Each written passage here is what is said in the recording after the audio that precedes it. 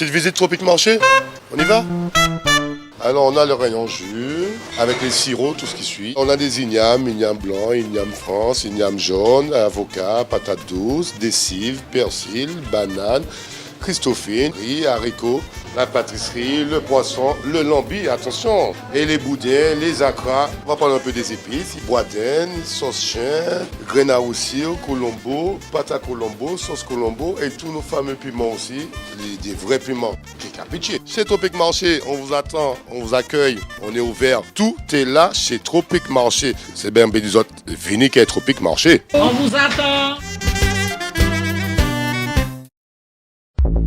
Martinique Actualité. La Martinique accueille aujourd'hui sur son territoire, bien sûr, la conférence régionale ultra-périphérique, une conférence importante qui a pour vocation notamment à pouvoir toucher l'index, les réelles difficultés, les retards d'infrastructures, les problématiques au travers de l'emploi, les besoins en termes de formation et puis bien sûr cette nécessité à la fois de souveraineté alimentaire et particulièrement d'autonomie énergétique. Ce sont des points communs que l'on retrouve dans la plupart notamment des RUP, des 9 RUP permettant de cibler les conditions dans lesquelles une politique publique spécifique doit se mettre en œuvre. Et c'est la raison pour laquelle, en effet, la Commission européenne, via l'ensemble des acteurs de ces territoires, sont concernés et sont tous mobilisés. C'est une volonté chère à chacun des présidents de chacune des RUP que de pouvoir apporter en tout cas d'une pierre à l'édifice, de pouvoir en tout cas attirer l'attention de l'ensemble des États membres, de la Commission européenne et permettre également d'apporter des réponses précises et adaptées au contexte tel que nous venons d'évoquer. Je ne veux pas être prétentieux, mais un bilan positif au niveau de l'organisation. On a une très belle mobilisation, on a pratiquement tous les présidents et présidentes des régions ultrapériphériques, des représentants de l'Espagne, du Portugal, de la France. La commissaire Ferreira s'est déplacée en personne. Elle a la responsabilité principale des régions. Et donc à ce titre-là, on a pratiquement tout le monde pour pouvoir débattre et discuter. La deuxième chose, c'est que depuis les Açores, c'est-à-dire en novembre, la première déclaration a été faite pour le renouvellement de la stratégie des relations entre l'Europe et les régions ultrapériphériques. Les déclinaisons dans les États ont été parfaites. On n'a pas eu trop de décalage par rapport à ce que nous exigeons, nous demandons pour mieux adapter les politiques européennes à nos pays. Et surtout pour être les acteurs centraux du développement et ne pas être dans un système de dépendance en termes de stratégie de développement. Ça s'est aussi décliné au niveau de la Commission européenne, parce que c'est un processus. Au début de mai, la déclaration de la Commission européenne est conforme à ce qu'on attendait sur les grands principes. Dernière chose, il nous reste bien sûr les conclusions de cette réunion et on est assez unanime pour dire qu'il faut absolument une méthode, qu'il faut absolument que l'article 349 soit bien appliqué. C'est l'article qui codifie les relations entre l'Europe et les RUP. Et troisième chose, qu'il y a des actions et un cadre opérationnel, un agenda à mettre sur pied pour éviter de faire des déclarations et puis des déclarations, il n'y a rien à faire. Et un exemple précis, en 2017, on a annoncé que le financement du renouvellement de la flotte de pêche c'était acquis. Et 5 ans après, on ne voit pas venir quoi que ce soit, pas de décision. Donc nous avons insisté pour indiquer que nous voulons que ça se traduise très clairement par des directives, des décisions concrètes. Et c'est ce qu'on demande au président Macron de porter pour nous, parce qu'il y a des présidents du Conseil de l'Union et son mandat se termine fin juin. Il a un rendu à présenter devant l'Union et devant le Conseil le 21 juin. Et je pense que ce débat nous permettra peut-être d'être extrêmement précis vis-à-vis des fonds européens. J'ai salué l'organisation du président Letchimy, absolument parfaite, et surtout son engagement et celui des présidents des RUP pour que nous ayons un véritable saut qualitatif aujourd'hui dans les politiques européennes plus adaptées, c'est-à-dire tenant davantage compte des situations particulières et des fragilités de nos territoires. Et je pense que nous faisons le constat à la fois d'un certain nombre d'avancées, mais qui doivent être amplifiées. Et c'est le message unitaire, en réalité, adressé à la Commission européenne. Et puis surtout, il faut revenir sur des approches concrètes. Après des années et des années de déploiement des fonds européens, nous gardons dans les Outre-mer et à la Martinique en particulier, des niveaux de pauvreté très élevés, de chômage des jeunes très élevé, une dépopulation aggravée, bref, une série de problèmes. Cela pose question. Et cela pose question également sur l'État et sur ce que l'État ne fait pas pour que les fonds européens déployés en Martinique puissent atteindre leurs objectifs. Parce que, je le dis toujours à Bruxelles ou à Strasbourg, la France est la deuxième puissance économique de l'Union européenne. Et pourtant, c'est celle qui compte les régions les plus pauvres de toute l'Union européenne. Sur les 252 régions d'Europe, les plus pauvres sont les régions d'outre-mer françaises. Est-ce que cela ne dit pas quelque chose? Oui, cela dit effectivement l'abandon de ces territoires. Et donc, les fonds européens, aussi massifs qu'ils peuvent être, ils interviennent sur des territoires dévastés où l'État ne met pas en place les préalables dans les domaines qui relèvent de sa responsabilité, à savoir la santé, l'éducation, la sécurité, etc., etc. Donc il faut des efforts conjoints. Et nous avons bien vu, concernant la question du chlordécone, par exemple, c'est la responsabilité de l'État. Et comment voulez-vous que les fonds européens concernant l'agriculture, par exemple, puissent trouver leur pleine efficacité quand rien n'a été fait concernant le chlordécone? Il y a plusieurs années, je le rappelais au préfet hier, j'avais dit au président Macron, avant qu'il vienne en Martinique, il faut un plan d'urgence pour le chlordécone. Et on n'en voit pas le début du commencement.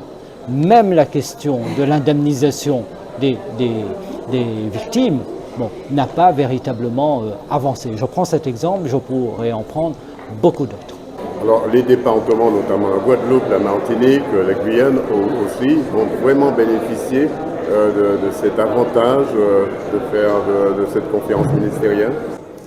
Je pense que c'est une volonté, bien sûr, des présidents, tout d'abord, les services de l'État ne pouvant qu'accompagner particulièrement les doléances, permettre également de résorber les difficultés, essayer en effet de résorber des précarités telles que nous les avons sur chacun de nos territoires.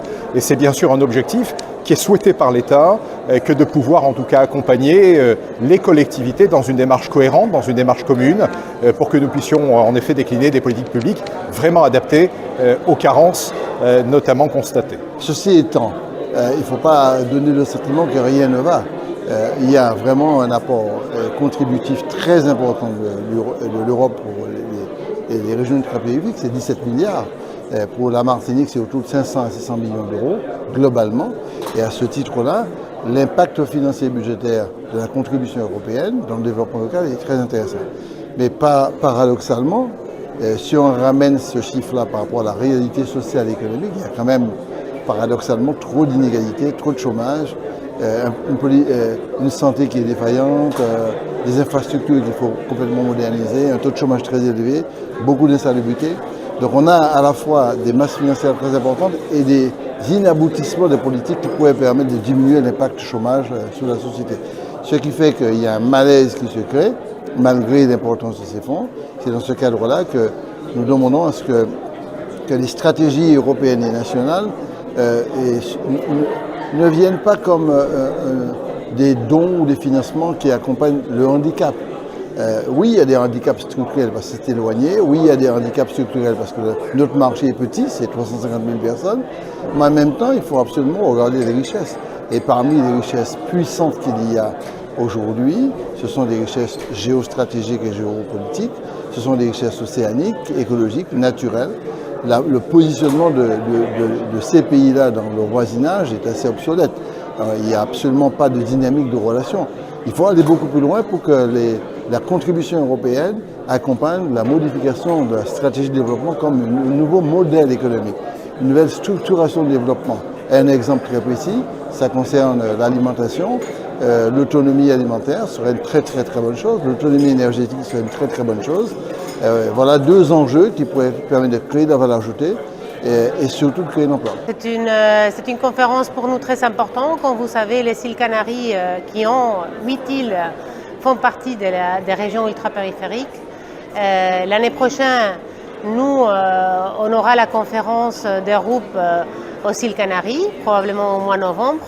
Ça sera aussi sous la présidence espagnole du Conseil de l'Union européenne. Donc la prochaine fois, ça ne sera pas la Martinique, mais ça sera les îles Canaries. Et là, on attendra aussi les Martiniquais, votre président et toutes les régions ultrapériphériques. Une conférence qui était attendue par tous les ultramarins aussi. Bien sûr, bien sûr, bien sûr. C'est une occasion très spéciale. Les régions ultrapériphériques, ce sont des régions dans lesquelles, auxquelles il faut quand même prêter énormément attention. C'est très important à cause de ces structures un tout petit peu compliquées. Bon, elles sont loin, parfois un peu mal communiquées. Donc il faut quand même parler d'une bonne cohésion. C'est un des principes de l'Union européenne, la cohésion territoriale. Donc là, il faut quand même faire un extra effort et j'en suis sûre que la Commission elle est consciente. Et la preuve, la nouvelle stratégie qu'elle a présentée aujourd'hui la commissaire portugaise Elisa Ferreira. Alors c'est vrai, la Commission a un regard très spécifique sur chaque département. Bien sûr, tout à fait. C'est son devoir aussi de le faire. Et la preuve, cette stratégie qu'on a présentée aujourd'hui et dont on aura les conclusions au mois de juin, les 21 juin. On ne se rend pas toujours bien compte quand on est soit à La Réunion, soit en Martinique, soit en Guadeloupe, soit en Guyane ou à Mayotte, c'est que l'Europe est traversée par des crises multiples, sans précédent dans son histoire. Il y a eu l'épidémie du Covid-19, il y a aujourd'hui la guerre d'Ukraine. Vous avez des pays d'Europe, j'étais récemment en Pologne ou en Bulgarie, qui sont confrontés à des difficultés inimaginables. Les plus grands mouvements de population de toute notre histoire. 2,5 millions, même 3 millions aujourd'hui de réfugiés en Pologne. Donc, dans ce contexte-là, où les problèmes sont partagés dans tous les pays, il est très difficile de maintenir les RUP à un niveau de priorité au sein de la Commission comme au sein du Parlement européen. Et c'est tout le travail que nous faisons. Et une conférence comme celle-ci, la conférence des présidents des RUP, c'est un moment important parce qu'elle mobilise de nouveau les institutions européennes sur les enjeux prioritaires concernant les RUP et sur le maintien des RUP au niveau de l'agenda politique de l'Union européenne. Donc c'est très important. La problématique notamment de la Guadeloupe, c'est les problématiques de tours d'eau, c'est les problématiques également de précarité, de retard sur les infrastructures, cette nécessité également de pouvoir essayer de mieux déceler des filières en matière agricole, permettre également cette souveraineté alimentaire. Bref, c'est ce que nous retrouvons bien sûr sur d'autres territoires ultramarins et c'est ce qui fait le socle commun que nous avons avec l'ensemble des régions ultrapériphériques. C'est ce travail en commun que nous sommes venus rechercher ensemble et ce travail notamment de réflexion que nous menons avec l'ensemble des membres de la Commission européenne. Alors 3 jours de travaux également, de travaux intenses avec beaucoup de présidents. C'est quand même quelque chose d'extraordinaire en Martinique. Alors c'est quelque chose d'extraordinaire bien sûr, sous la houlette à la fois bien sûr du président de la collectivité notamment, bien sûr, et puis c'est aussi également ce travail au travers de l'égide du préfet notamment de la Martinique, bien sûr Stanislas Cazel, et il est important de dire ô combien les conditions d'accueil, les conditions de nos travaux ont été particulièrement satisfaisantes parce que la logistique a été mise en place, mais au-delà de la logistique, c'est bien sûr cette capacité à pouvoir construire des ateliers et conduire des réflexions particulières qui nous ont animés en tout cas dans ces temps de cette conférence. Ce matin, on a fait des visites précieuses mais touchantes, notamment avec les pêcheurs de proximité. On a vu des jeunes qui sont très déterminés et qui se trouvent dans un contexte politique et financier. Ces pêcheurs ne sont pas suffisamment aidés, notamment en matière de renouvellement de la flotte. Donc, je pense que les représentants de la commissaire ont été très marqués par les interventions de ces jeunes-là. On est passé de 1200 pêcheurs à un peu moins de 500 pêcheurs. Ça montre bien qu'il y a un malaise. En même temps, on a une présence de jeunes pêcheurs qui montre bien que la politique de la pêche peut fonctionner si on donne les moyens clairs. On n'est pas en surpêche, on est en sous-pêche. Donc l'Europe doit avoir un regard totalement différent. Et puis nous sommes sur la politique de renouvellement énergétique, de mutation énergétique, de mutation écologique.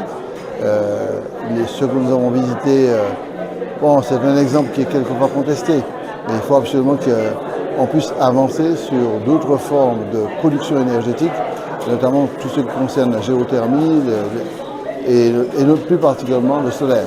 Et puis le troisième élément, c'est la canne, le sucre. Le gagnon reste une industrie très aidée par les collectivités territoriales. Mais si on ne mène pas un plan canne pour augmenter le volume de production de la canne et qu'on n'a pas des stratégies pour améliorer la productivité interne en termes de richesse saccharine, on risque d'avoir un gagnon en difficulté qui sera peut-être demain matin obligé d'importer des choses pour pouvoir transformer. Il ne faut pas qu'on arrive là. Ça nous a mis en évidence le besoin d'un plan de relance. J'avais déjà fait un plan de relance il y a 7 ans de ça. On pourrait avoir un plan de relance canne parce que les distilleries en ont besoin et l'usine du Galion en a besoin. Donc toutes ces visites sont en caractère très concret. La Martinique peut se flatter d'avoir cette première conférence ministérielle en Martinique. Oui, de ce point de vue, je pense qu'on a représenté dignement notre pays, on a fait honneur à notre pays, parce que l'accueil, la préparation de toutes les délégations, on avait quand même beaucoup de monde sur le dos. On avait une dizaine de délégations venant d'Espagne, du Portugal, d'Europe, etc.